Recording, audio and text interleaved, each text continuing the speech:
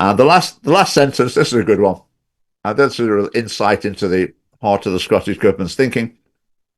The pupils' education needs to be highlighting a lack of equality of information, for example, around pregnancy and contraception for transgender people, and helping to provide access to that information where possible. Wonderful to talk again to Richard Lucas, who is the head, or the leader, in fact, of the Scottish Family Party. And Richard, we're talking today about RSHP guidance, which has come into place in Scotland just very recently. And I wonder if you can tell us all about it. What do parents need to know? What's really important about this new guidance? Well, thanks, Tony. Good to be here. Good to be chatting again. This guidance, really, the important thing is what actually gets taught in schools. The guidance tends to be a bit vague and waffly, cut and paste standard phrases, children's rights, well-being, whatever. So you have to go through it with a fine-tooth comb to find that the bits that are actually interesting.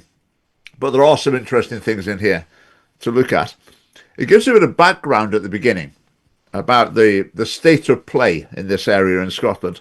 Increase in teenage pregnancy, sharp increase in young people's uptake of abortions, decrease in young people's use of contraception, decrease in young people's use of condoms, increase in STI acquisition, etc. So it basically looks like a normalization of aggressive acts within sexual relationships. So they're basically saying things are going pretty badly wrong in this area. Now, you might think that might prompt them to think maybe we should reconsider our approach. Yeah. If this is what it's producing. But obviously they cannot even begin to consider such a thought. It's just we need more of the same. And if things are getting worse, that just shows that we need to go even further in the direction. Yeah, and the thing is, I mean, not to your stream of consciousness, which is excellent there, but Professor David Payton makes that quite clear. You know, the more we teach kids about sex, the more sex they'll have. You know, and it's not an ideological position. He's citing just evidence and correlation. And you think, well, yeah, so why do more of it? What do you think is going to happen? That leads on to a bit that they took out of the guidance. It's very interesting because they produced a draft 2 years ago and they've taken forever to actually publish the thing. And the draft had a phrase in that said, children and young people receiving learning and teaching about these issues are more likely to delay the onset of sexual activity and experience positive outcomes such as safer, enjoyable, fulfilling and respectful sex when they do enter into sexual relationships. So they had in it the claim that this sort of sex education results in delayed sexual activity. As David Payton has shown, that that's just not true. And they've actually taken that line out in the final guidance. It says, I don't know if they think that actually they've realized it doesn't work, or if they think actually that isn't their goal. Yeah. They're not wanting to encourage delay of sexual activity. I think when we look at the resources, you'll see I think that is the case. The goal is not to discourage sexual activity. It's to, in their mind, enable young people to have good sex. That's really what it's all about. And what does the P stand for in RSHP? Because that's different to England and Wales. Parenthood. Right, or parenting, isn't it? Yeah, so it's a bit strange, isn't it? And so they've got, right from nursery, they need to be learning about being a parent. Yeah. It's a bit strange. Now, we talked about what parents need to know.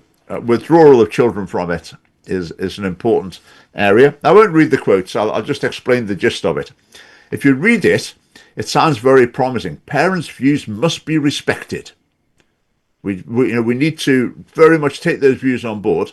Then it also says, but this needs to be balanced with the fact that children have got a right to this education, which is vital for their well-being.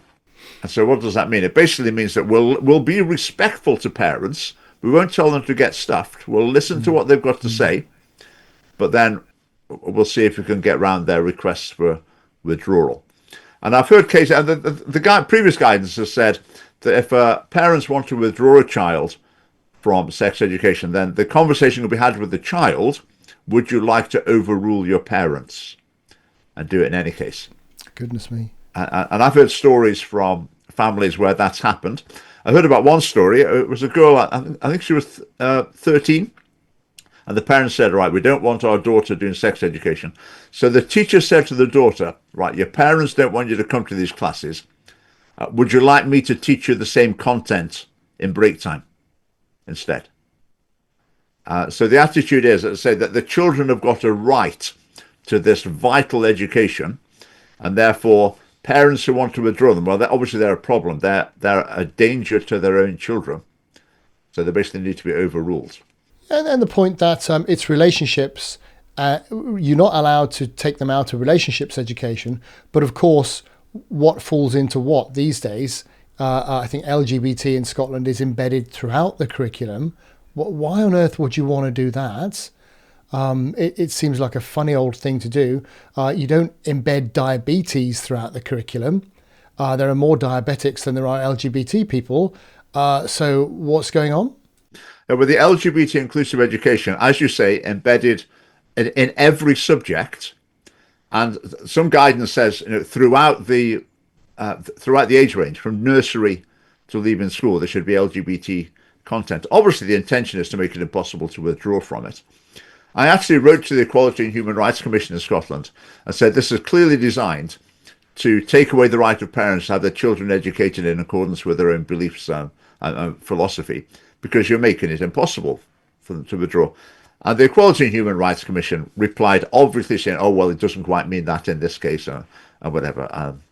But that is clearly what they're trying to do, or what they are doing. That is what's happening in Scotland. In the guidance, there's an interesting bit about Catholic schools. There's a lot of Catholic schools in Scotland. And this section, it really emphasizes how Catholic schools have got the right to have Catholic education. They're exempt from other general guidance, and they can definitely be Catholic schools and teach the Catholic faith in the areas of religious education and religious observance. In other words, not in the area of relationships, sexual health, and parenthood education. So the whole paragraph is about how Catholic schools do have the right to be Catholic schools. But reading between the lines, the point they're making is, but they've got to toe the line on this one. Yep. We're not going to have any deviation from the one true truth in sex education. Keep your faith sandboxed and make sure it doesn't interfere with sexual education and other bits and bobs like that. Yeah. Okay. Consent's a massive thing, as you'd expect, because that's the progressive view of sex, isn't it? Consent is all that matters. Who, of what age, of what gender, whether you're married or not, that matters. As long as you've consented, that's okay. So there's a massive amount on consent. It explains that the age of consent is 16 in Scotland, as in the UK, but it's not really, because all official guidance says basically nothing will happen between the age of 13 and 15, as long as the age gap's not too big. So the guidance reiterates that. So it always starts off, the age of consent is 16. Then as you read on, it's saying, but it's not a big deal if children have sex younger than that. So teachers ought not to report, for example. You get things like teachers should encourage children and young people to share information with parents or carers, which might seem quite good at first hearing. They think, hang on, that means the teachers are not going to tell the parents or carers. The teachers will encourage the children to. So the teachers will keep it to themselves. I think that's quite sinister. Yep. I heard a story once from a deputy head teacher in Scotland who knew that a girl in the school had an abortion. And then the parents came in to see her and said, well, we're really worried about our daughter. She's just not herself at all. She's really unhappy. There's something wrong. What's wrong with her? Can we help? Do you know what's wrong? And this deputy head teacher had to go through this meeting and not tell the parents what had actually happened, because she was not allowed to tell them. And I think that's the usual modus operandi in Scottish schools. Remarkable. Yeah. Just moving on, faith and belief. Now, this is a very interesting section in the guidance, because sex education has been a hot topic in Scotland for a little while, relatively speaking. And I think they'll have had a lot of feedback from Christian, maybe Muslim as well, I don't know, other faiths, but certainly from Christian parents saying, right, this is totally wrong. You're basically contradicting the beliefs of our faith, and you're teaching it as the one true truth to our children. And then children reporting being mistreated in class when they dare object to what's been presented. I've heard a few stories of that. I mean, the worst story was the head girl of an independent school in Scotland was basically fired from her position as head girl because she said she didn't agree with Pride Month because of her Christian beliefs. And she was fired. That's utterly shocking. So there have been a lot of these stories. So I think the Scottish government's got the message from a lot of people that they're unhappy. So they've introduced a passage into this guidance that says children need to hear a variety of points of view. So different religious perspectives. Children need to hear about them.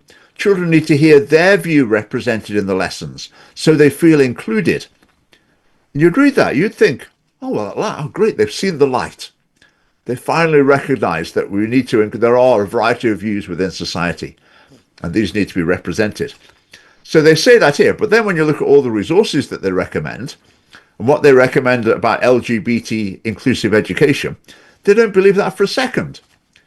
That they regard their progressive values as the one true truth to be taught to every child in every school.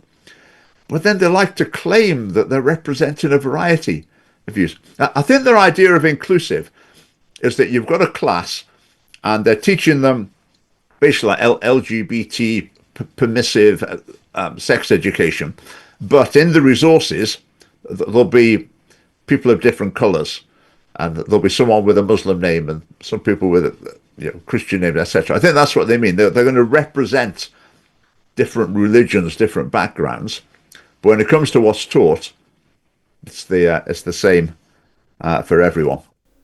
Gender equality education. I'll be very brief about this. A massive emphasis on gender equality education. These can include use of inclusive terms such as students instead of boys and girls.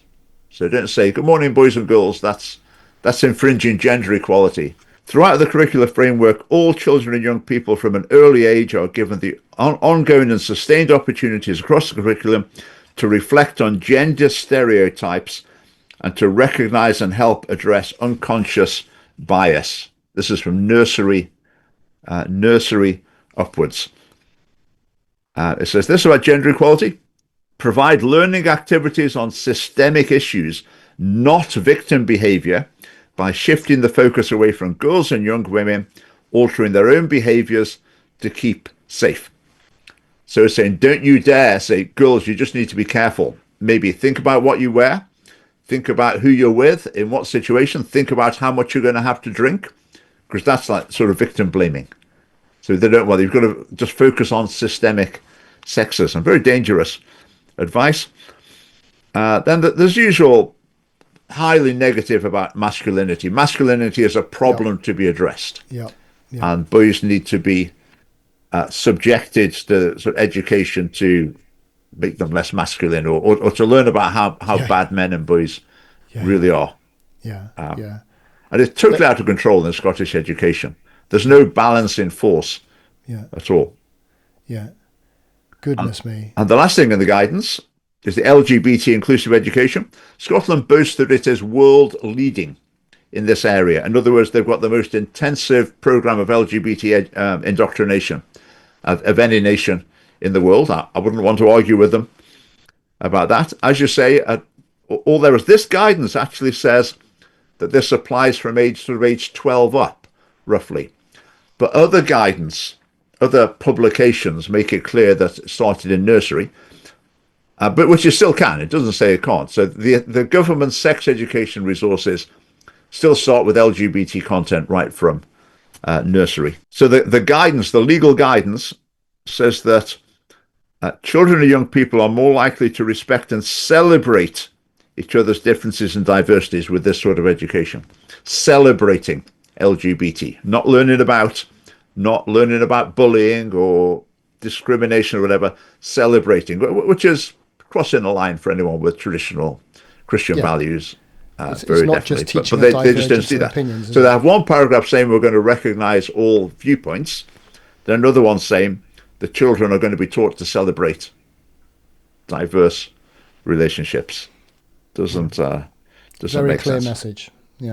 Something else What happens in a lot of Scottish schools at the government's behest is that they have LGBT clubs. So you've got a potentially pupil-run club. Let's say, for example, it's run by an 18-year-old boy who is declared himself to be gay, and then younger boys who also think they might be gay also go along to the LGBT club. And what could go wrong with this? I mean, it's hard to imagine, isn't it? A bunch of adolescent boys. Yeah. What could go wrong? I said, and that is pushed by the government. So what do children, young people need to learn about LGBT? They need to learn that evidence demonstrates that young gay and bisexual men in Scotland are at risk of HIV as a consequence of having poor knowledge about HIV transmission. So it's nothing to do with dangerous sexual practices, nothing to do with anyone does. It's just a matter of having poor knowledge.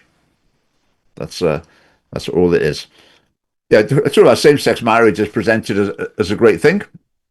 Again, totally contradicting what they're saying about respecting different viewpoints. Just same-sex marriage is presented as a great achievement. And the last sentence, this is a good one. That's a real insight into the heart of the Scottish government's thinking. The pupils' education needs to be highlighting a lack of equality of information, for example, around pregnancy and contraception for transgender people, and helping to provide access to that information where possible. So that's the value system that has been implemented across Scottish schools for sex education. I mean, is there any mention of the Supreme Court decision around biological sex?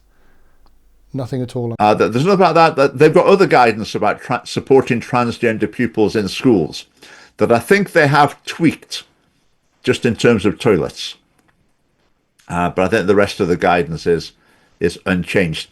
It's interesting what happened in Scotland with toilets in schools, because schools started installing gender-neutral toilets left, right and centre all over Scotland. A lot of parents and a lot of pupils were not very happy at all.